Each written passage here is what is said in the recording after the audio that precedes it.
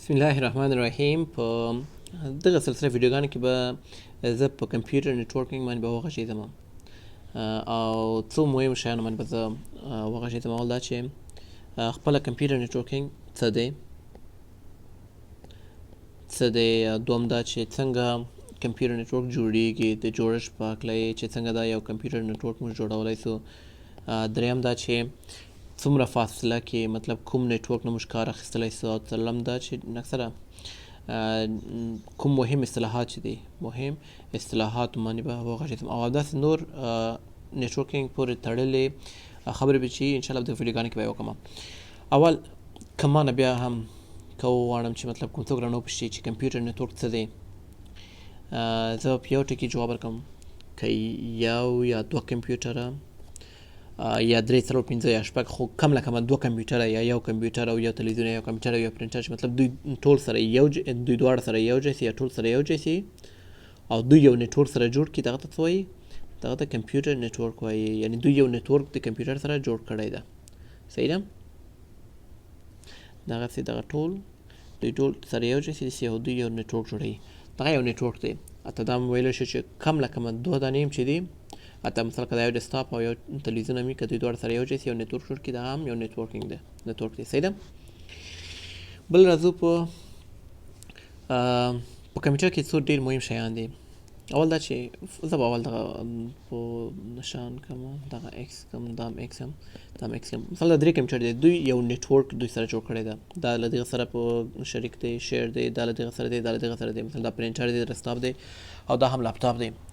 نو دا ټول دغه ډیوایس چې یو بل سره تړلي دي، دغه ته په نیټورکینګ دوی ته څه وایي؟ نود ورته وایي که نه، چې دوی ټول سره یو ځای کېږي. په یو ټکي کې ورته ووایي، دغه ته څه وایي؟ نودز ورته وایي. صحیح ده؟ یا نودز ورته وایي.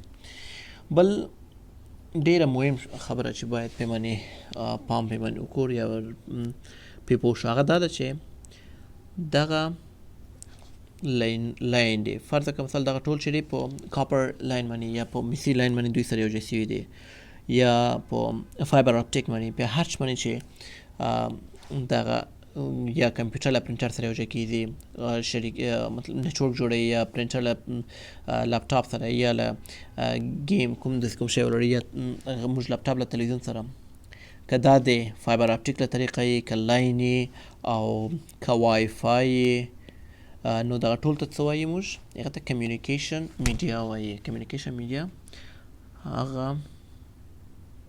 وسیلې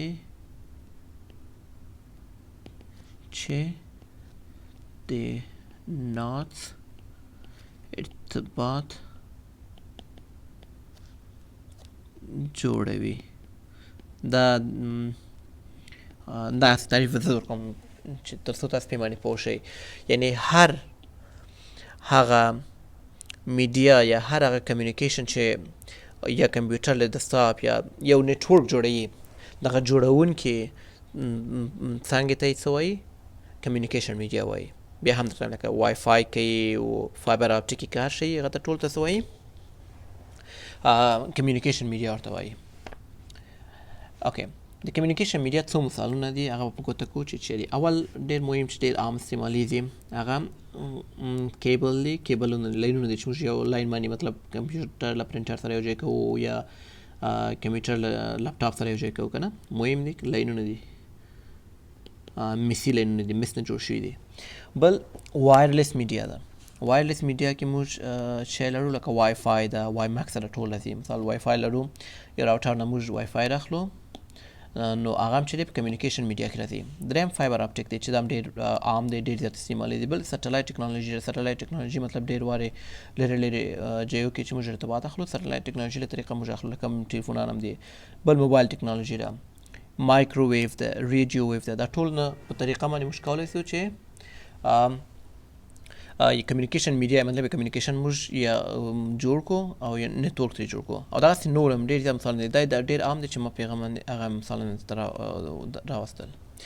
ښه، که په دې باندې وغږېږو چې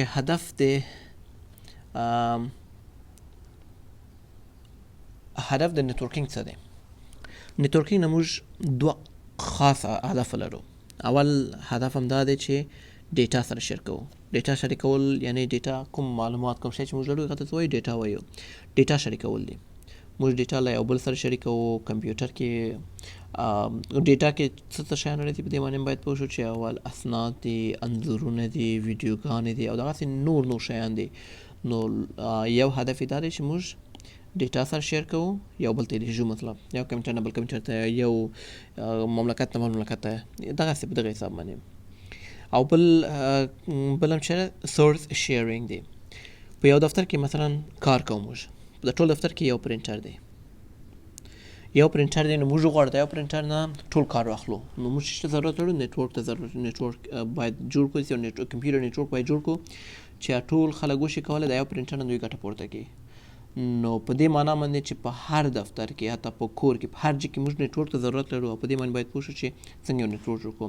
یا مثلا سکینر ده، نو نشو کولی چې مطلب یو دفتر کې یو چیرې کار کوو د هر یو کمپیوټر ته یا سکینر کېږو یا پرنټر ته کېږو که نه.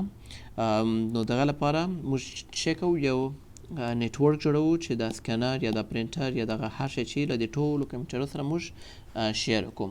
که په یو جمله کې ووایم، د اصلي هدف د ډیټا او منابعو شریکول دی، یو بل سره شریکول دی.